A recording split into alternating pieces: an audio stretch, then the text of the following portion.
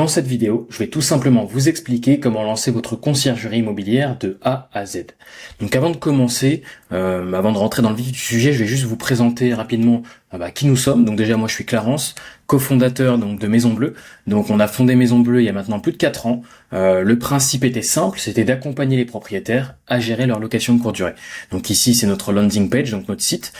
Juste en dessous, vous pouvez voir quelques annonces que nous gérons. Donc on est basé à Paris. À titre personnel, on habite à l'étranger, mais tous nos logements qu'on a en gestion sont basés à Paris. Donc ça, c'est les logements qu'on a. On a des logements vus sur la Tour Eiffel. On a également des petits studios basés dans le 15e. On a également ce logement qui est basé juste à côté du Louvre. C'est un logement qu'on vient de signer, comme c'est mentionné juste en bas. Donc c'est un nouveau logement qu'on a. Ça, c'est un de nos meilleurs logements parce qu'il est situé juste en face de la Tour Eiffel. Il est à plus de 1 000 € la nuit, donc c'est plutôt sympa. Je vous montrerai tout ça en détail plus tard. Ici, c'est également un logement qu'on a au niveau des Champs-Élysées. Donc c'est vraiment pour vous montrer rapidement que on n'est pas des débutants, on fait ça depuis un bon petit moment. Ça, c'est également un nouveau logement qu'on a en gestion d'ailleurs dans le 15e arrondissement. Il est top parce que il a une grande terrasse. Bref, je kiffe cet appartement. Donc c'est juste pour vous montrer les logements qu'on a en gestion avant que je vous explique comment vous lancer. Donc c'est pour vous montrer déjà que on n'est pas des débutants, on maîtrise cette activité, on fait ça depuis maintenant un bon petit moment et que toutes les méthodes que je vais vous donner, ce sont des choses que l'on applique et surtout, je vais vous donner des conseils qu'on a appliqués également et ce sont des conseils qu'on aurait aimé avoir quand on a débuté. Donc ça va vous faire gagner énormément de temps, donc je vous invite vraiment à prendre des notes, mettre pause, revenir en arrière pour vraiment comprendre vraiment ce que l'on propose. Ensuite, là je vous montre rapidement également les revenus qu'on fait. Encore une fois, c'est pour vous montrer la légitimité qu'on a quand je vais vous expliquer les choses à mettre par la suite pour vous montrer que ça fonctionne. Donc ça, c'est le montant de nos commissions qu'on a touché en juin. Donc on a 19 000 € de commissions qu'on a reçues directement sur notre compte en banque. Je vous montrerai un peu plus tard dans la vidéo comment ça se passe au niveau des virements. Donc pour les commissions que vous allez qu'on reçoit et que vous allez recevoir également quand vous allez vous lancer. Juillet, on est à plus de 15 000 € de chiffre d'affaires. Après, là où c'est intéressant, c'est que c'est pas le mois vient de s'entamer, de juillet, donc ça va augmenter par la suite. Mais bon, juin c'était un très bon mois, donc voilà. Donc c'est pour vous montrer rapidement notre légitimité, qui on est, et on va pas perdre plus de temps que ça. Maintenant, on va tout simplement rentrer dans le vif du sujet. C'est comment de votre côté vous allez pouvoir lancer votre conciergerie immobilière. On est en 2026, c'est vraiment le moment où il faut se lancer parce que ça fait déjà un moment que l'activité existe, qu'elle fonctionne. Il y a des milliers de personnes qui récupèrent énormément de commissions grâce à cette activité, donc il n'y a pas de raison que tu fasses pas la même chose. Donc du coup, on va commencer par le premier point. En tant que conciergerie immobilière, nous, ce que l'on fait, c'est qu'on va aider le propriétaire à gérer son Airbnb. Donc je simplifie les choses. Je parle de Airbnb parce que c'est la plateforme la plus utilisée. C'est également la plateforme la plus simple quand on débute dans cette activité, notamment par plein de features, plein de petits outils qu'ils partagent que je vous expliquerai également par la suite, notamment un que je peux vous donner dès le départ, c'est que pourquoi Airbnb? C'est déjà parce que c'est la plateforme, quand vous partez en vacances, vous pensez Airbnb. Nous, en tant que conciergerie immobilière, quand on doit se faire payer nos commissions, Airbnb nous paye directement sur notre compte en banque, donc on n'a pas besoin d'envoyer de facture au propriétaire, donc c'est pour ça que je vous parle d'Airbnb. Donc dans un premier temps, ce qu'il faut savoir avec Airbnb, en tout cas avec cette activité de conciergerie immobilière, c'est que nous, on va aider le propriétaire donc à gérer sa location courte durée. Donc pour ce faire, notre objectif, ça va être de créer ou optimiser son annonce. Ça veut dire que si le propriétaire n'a pas encore d'annonce Airbnb, on va la faire, et s'il en a déjà une, on va l'optimiser. Donc quand je parle d'optimisation, ça va passer par le fait de améliorer le titre, faire un shooting photo de l'annonce, ça va être également le fait de travailler sur une description. C'est vraiment optimiser l'annonce, faire en sorte qu'elle soit intéressante pour les voyageurs. Je vais me remettre sur les logements qu'on a, comme vous pouvez le voir ici. Vous pouvez le voir au logement que j'ai mis, je les ai pas tous mis parce que j'allais pas faire une ligne complète, mais par rapport à ceux que j'ai sélectionnés, donc ce sont nos meilleurs logements, comme vous pouvez le voir au niveau du shooting photo, on fait vraiment des shootings photos très professionnels. Donc quand on parle d'optimisation d'annonce, on prend vraiment le temps de faire les choses correctement avec un photographe professionnel de l'immobilier qui va faire les photos de nos annonces. Quand on a commencé, on les faisait au smartphone. Maintenant qu'on a un peu d'expérience et que on veut vraiment signer les logements, on le fait avec des photographes professionnels et vous pouvez le voir, les annonces sont plutôt bien faites. Pareil, au niveau des titres, vraiment, on cherche à choquer, entre guillemets, dans le sens où ça doit taper à l'œil du voyageur quand il arrive sur Airbnb. Donc comme vous pouvez le voir, là, on a un logement qui est plutôt sympa parce que c'est l'un des logements les plus proches de la Tour Eiffel. Souvent, il y a même des voyageurs qui nous écrivent des messages pour nous dire Est-ce que la Tour Eiffel est réelle ou est-ce que c'est de l'IA? Non, c'est vraiment l'annonce qui est comme ça. D'ailleurs, on a une vidéo YouTube où on en parle. Si jamais ça vous intéresse, vous verrez comment on a signé ce logement, comment on a collaboré avec la propriétaire, le chiffre d'affaires qu'on fait sur ce logement. Il y a une vidéo sur la chaîne. N'hésitez pas, on est transparent sur tous les aspects. Donc voilà. Donc ça, c'était pour revenir vraiment sur l'aspect création ou optimisation quand on parle de ce que l'on va mettre en place pour le propriétaire. Donc, on crée ou on optimise son annonce. Je fais juste une petite pause pour revenir rapidement sur de ce que j'explique actuellement. Bien sûr, quand vous lancez cette activité de conciergerie immobilière, vous devez avoir une micro-entreprise. Vous devez avoir un statut juridique qui vous permet de mettre en place les services que vous allez proposer. Donc, soit une société, soit une micro-entreprise. D'ailleurs, j'ai fait une vidéo également dessus. N'hésitez pas, je parle de comment faire une micro-entreprise de manière gratuite. Ensuite, le deuxième point, dans les choses que nous allons mettre en place quand on va collaborer avec un propriétaire, ça va être également l'aspect tarification. Donc ça veut dire que notre rôle à nous, en tant que conciergerie immobilière, c'est de tarifier le logement du propriétaire. C'est-à-dire que le propriétaire, lui, ce qu'il faut comprendre, c'est que il est émotionnellement attaché à son appartement. Donc quand il va fixer un prix de cet appartement, souvent il fixe un prix qui est souvent trop cher. Et ben nous, notre rôle en tant que conciergerie, ce n'est pas de mettre un prix de manière émotionnelle parce qu'il faut faire plaisir au propriétaire. Non, c'est vraiment mettre le prix par rapport au marché. Et donc l'une des stratégies que je peux vous partager et que l'on partage également aux membres de notre accompagnement, d'ailleurs il y a toutes les informations concernant cet accompagnement dans notre lien en bio, c'est vraiment le fait que quand on signe un nouveau logement, on ne va jamais mettre des prix trop élevés. Parce qu'on n'a pas encore de preuve sociale, donc on n'a pas encore d'avis voyageurs. Donc le principe, ça va être d'attirer du monde. Donc pour attirer du monde, c'est avoir une belle annonce et des prix qui ne sont pas trop élevés. Et donc ça, c'est une stratégie que l'on met en place, très simple. C'est un peu la même chose dans tous les domaines, si je puis dire. Mais donc vraiment, le principe, ça va être de tarifier, donc toujours mettre le bon prix sur les logements que nous allons gérer. Donc là, comme vous pouvez le voir, donc c'est le logement vue Tour Eiffel. On est à environ 810 € la nuit sur ces 2 nuits parce qu'on n'a pas de réservation, mais en général on a environ 1100 € la nuit pour le logement vue Tour Eiffel. Et là, comme vous pouvez le voir, on a commencé à le louer à partir du 5 juillet, et donc comme vous pouvez le voir, le mois de juillet est assez complet. Donc voilà.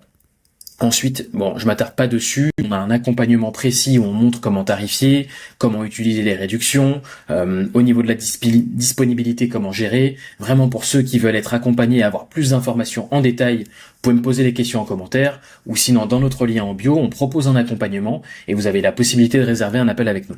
Donc ensuite, troisième chose, donc c'est la troisième, on va dire que c'est le troisième service que l'on met en place quand on a une conciergerie immobilière, ça va être la gestion de la communication. Donc ce qu'il faut comprendre, c'est que quand un propriétaire collabore avec nous, le propriétaire doit rien faire. C'est-à-dire que on va gérer l'annonce, on va gérer les prix, on va gérer la communication. Donc quand je parle de communication, le principe est simple, ça va être tout simplement le fait donc de répondre aux messages des voyageurs, ça va être également le fait d'envoyer les instructions avant que les voyageurs arrivent dans le logement. Donc c'est vraiment donner toutes les informations nécessaires aux voyageurs pour qu'ils puissent arriver correctement dans le logement. Donc quand on parle de communication, c'est ça. Ça va être également la communication, donc forcément avant voyage, donc avant réservation. Donc comme là la petite question, comme vous pouvez le voir, forte chaleur à Paris, il veut savoir si la climatisation fonctionne correctement. Point fort de cet appartement, c'est qu'on a la climatisation dans ce logement à Paris. Pour ceux qui connaissent, à Paris, même en France on va dire, à Paris plus précisément, c'est rare qu'il y ait des appartements, surtout dans les logements on va dire haussmanniens ou bref vraiment dans Paris, d'avoir des clims dans les appartements. Donc du coup c'est un des points forts de cet appart, donc on le met en avant d'ailleurs dans notre titre, et forcément on rassure les voyageurs avant qu'ils les réservent. Ensuite, tu auras la communication durant le séjour. Donc la communication durant un séjour, ça va être tout simplement de vérifier que tout se passe bien, savoir s'ils ont besoin de recommandations de restaurants. C'est vraiment faire en sorte que le séjour se déroule correctement pour eux. Et ensuite, tu as la communication en fin de séjour. Cette communication-là, c'est juste pour les informer plutôt des instructions quand ils vont devoir quitter le logement. Donc, exemple, laissez les clés sur la table et vous pouvez claquer la porte. J'ai même une anecdote par rapport à ça. J'ai un voyageur une fois qui n'a pas suivi les instructions. Il a laissé la clé sur la porte et il a claqué la porte. Heureusement, on avait une méthode pour rentrer dans l'appartement. Mais c'est pour dire que vraiment, c'est important d'envoyer toutes les instructions de manière précise aux voyageurs pour que derrière, ils puissent faire un séjour correctement. Donc ensuite, dans le quatrième service que l'on va proposer en tant que conciergerie, ça va être forcément le fait d'accueillir les voyageurs. Donc à ce niveau-là, je vous ai mis une petite capture d'écran d'une vidéo YouTube qu'on a faite. D'ailleurs, on a pas mal de vidéos où on explique un peu le quotidien de notre vie de concierge, donc n'hésitez pas, c'est sur la chaîne Maison Bleue. Dans cette vidéo, en fait, c'était juste pour vous montrer que on accueille les voyageurs de manière physique. Donc c'est une des possibilités quand vous allez accueillir les voyageurs. Donc vous pouvez le faire en vous déplaçant et en leur donnant les clés. Donc en général, nous on le fait dans nos logements assez luxueux. Maintenant qu'on habite à l'étranger, on le fait plus nous-mêmes. On l'a délégué à un prestataire que l'on paye pour le faire. Donc si jamais vous avez des questions par rapport à ça, n'hésitez pas, vous nous les posez en commentaire. Et donc l'autre solution pour accueillir les voyageurs, c'est également de mettre en place des boîtes à clés. Donc en général, les boîtes à clés, ce que l'on fait, c'est qu'on les met en place dans nos logements, on va dire dans nos studios. Donc les petits logements qu'on va avoir en gestion, par exemple celui-ci, ça fonctionne avec une boîte à clés. Parce que c'est un petit logement, il n'y a pas besoin de montrer grand-chose, on envoie toutes les instructions par message, et le voyageur se sent assez autonome pour arriver dans le logement, tout simplement. Donc ça, c'est les services que l'on propose. Donc je reviens vraiment sur les 4 gros points. Donc en tant que conciergerie immobilière, notre principe va être vraiment de gérer donc optimisation ou création de l'annonce. On va ensuite gérer tout ce qui est tarification du logement. Troisième point, ça va être la communication. Donc, comme je vous le disais, les instructions, communiquer avec les voyageurs, forcément aussi le fait d'être transparent avec les propriétaires. Quatrième point, accueillir les voyageurs. C'est le dernier point, donc accueillir les voyageurs. Et à ce niveau-là, en fonction de votre emploi du temps, vous pouvez soit accueillir les voyageurs de manière physique, ou sinon mettre en place des boîtes à clés, tout simplement. Ensuite, le 5e point, on fait pas tout ça pour rien. Je veux dire, on a mis tout ça en place. Ce qui est intéressant, encore une fois, c'est que c'est une activité où on n'a pas d'investissement au départ, on n'a pas de dépenses, on n'a pas de charges de manière mensuelle à la fin du mois. Donc, le point qui va être intéressant avec ce 5e point, c'est qu'on va aborder surtout la partie ménage. Et donc, dans cette partie ménage, nous, ce qu'il faut savoir, c'est que les membres de notre accompagnement qui sont basés en France, quand ils nous rejoignent, ils ont la possibilité de bénéficier d'un partenariat qu'on a mis en place avec une société de ménage qui est basée partout en France. Donc là, comme vous pouvez le voir. Donc ça veut dire que vous êtes intéressé pour vous lancer dans cette activité, vous voulez être accompagné, cliquez dans notre lien en bio, on a toutes les informations où on explique comment fonctionne notre accompagnement et par la suite, on pourra vous aider à lancer votre conciergerie immobilière. Le principe, c'est qu'en général, au bout de 30 jours, vous êtes opérationnel, vous avez votre conciergerie ainsi qu'un premier propriétaire avec qui vous allez collaborer. Et ce qui est pas mal, c'est que en fonction des offres que l'on propose, vous accédez à la plateforme de formation à vie et pareil pour l'accompagnement, tant que vous avez besoin d'aide, on est là pour vous accompagner. Le principe, c'est vraiment d'être le plus transparent possible, vous donner tous les éléments et surtout vous permettre d'éviter toutes les erreurs qu'on a pu faire quand on a débuté pour vous faire gagner du temps. Donc on va revenir sur la partie ménage. Ce qu'il faut comprendre avec le ménage, c'est que on ne le paye pas de notre poche. Et c'est là où c'est intéressant, c'est que le ménage, donc nous on va donc le circuit d'une réservation, c'est donc le voyageur réserve le logement, il arrive dans le logement, il séjourne, et une fois qu'il a fini son séjour, faut nettoyer le logement pour le prochain voyageur. Et donc là, ce qui se passe, c'est que nous, on ne fait pas le ménage nous-mêmes, on va tout simplement déléguer cette partie à un prestataire de ménage, donc qui est juste en dessous, comme je vous le disais, donc c'est notre partenaire. Et donc cette société de ménage, on ne va pas la payer avec de l'argent qui nous appartient. Donc on ne va pas la payer de notre poche. Ce qui est intéressant, c'est que c'est le voyageur qui va payer les frais de ménage. Donc là, on est dans la partie, donc je vous ai fait une capture d'écran sur Airbnb de comment c'est fait. Donc on est dans la partie revenus. Donc c'est le détail de ce qui se passe au niveau des paiements et de ce qui va être pris, les commissions, etc. Donc là, on peut voir que le voyageur a payé au total 3 380 € et 42 centimes. Donc le logement est à 900 € la nuit. Il a réservé pour 3 nuits, ce qui fait 2700 € de total lié à la nuitée. En plus de ça, il va payer donc les frais de ménage qui s'élèvent à 150 €. On n'a pas mis ce prix-là au hasard. C'est la société de ménage qui nous a fait un devis en nous disant, voilà, pour chaque passage dans le logement, ça va coûter 150 €. Et ces 150 €, ça comprend le nettoyage du logement qui fait 120 mètres carrés. Ça va également comprendre la blanchisserie et ça va également comprendre tout ce qui va être lié au fait de mettre du savon, du shampoing, du thé, du café. Donc voilà. Et ensuite, frais de service voyageur, ça c'est les frais de plateforme, donc c'est ce que récupère Airbnb pour pouvoir se payer et également pour pouvoir garantir aussi le logement, donc l'assurance qui s'appelle AirCover. Si jamais vous avez des questions, n'hésitez pas en commentaire, j'en parlerai. Et la petite taxe qu'on peut voir ici, c'est la taxe de séjour, et ça c'est pour l'État. Donc voilà. Donc au total, on a le montant qu'a paye le voyageur. Et maintenant, on va regarder juste à côté dans la partie revenus, donc ce que vous gagnez. Donc c'est ce que nous on gagne en tant que conciergerie. On va récupérer donc en 3 nuits 591,55 €. Et donc pour comprendre, nous, ce qu'il faut savoir, c'est que notre commission donc sur ce logement, on est à 17%. Donc c'est le logement vue Tour Eiffel. Nos 17% s'appliquent sur le prix à la nuit. Donc c'est le montant justicier. Sur les 900 €, c'est là où s'appliquent nos 17%. Donc vu que c'est x3, donc on va faire les 17% fois les 900 fois 3. Et donc ce qui va faire, donc pour ceux qui sont bons de tête, vous savez le montant. Moi je suis pas très bon, mais donc comme vous pouvez le voir, on va récupérer 591 €. Et en plus, donc ou plutôt sur ce montant de 591 €, il y aura également les frais de ménage qu'on perçoit pour pouvoir ensuite les donner à la société de ménage. Donc voilà, donc c'est comme ça qu'on est payé en tant que conciergerie immobilière. C'est là où c'est intéressant. Et si vous vous rappelez un peu plus tôt dans la vidéo, je vous expliquais qu'en tant que conciergerie immobilière, pour débuter, c'était plus intéressant de se lancer sur Airbnb. Je vous ai pas dit ça au hasard. Je vous ai tout simplement dit ça parce que sur Airbnb, vous avez la possibilité de vous faire payer directement sur votre compte en banque.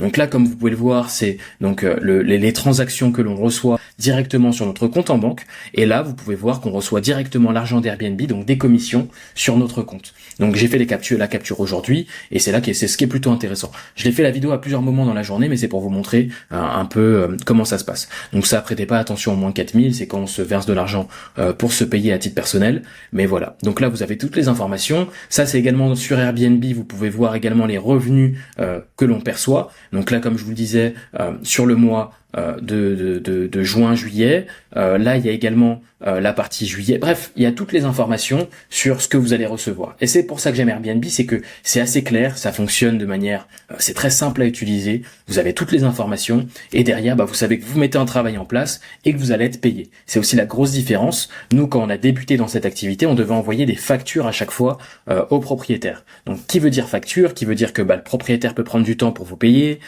Il peut des fois oublier ou des fois il peut avoir des problèmes. Donc, c'est chiant. Pour être transparent avec vous, c'est chiant. Et donc depuis qu'Airbnb a mis cet outil, donc le fait d'être co-hôte d'une annonce, nos virements arrivent directement sur notre compte en banque.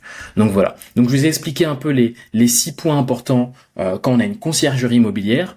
Si jamais c'est une activité qui vous plaît, vous avez envie de vous lancer dedans. Dans notre lien en bio, on a fait une petite vidéo explicative un peu plus en détail sur comment on va pouvoir vous accompagner, comment on va pouvoir également vous montrer et vous donner tous les éléments pour qu'en 30 jours vous puissiez être opérationnel, que vous soyez étudiant, que vous soyez salarié, même sans emploi, peu importe. On a des offres pour tout le monde. Et donc voilà. Et puis si jamais vous avez des questions ou des points que vous n'avez pas forcément très bien compris, vous me le dites en commentaire et puis je pourrai vous répondre et j'hésiterai pas d'ailleurs à refaire des vidéos sur d'autres aspects un peu intéressants de cette activité. Donc voilà, c'était tout pour moi et puis on se retrouve dans la prochaine vidéo.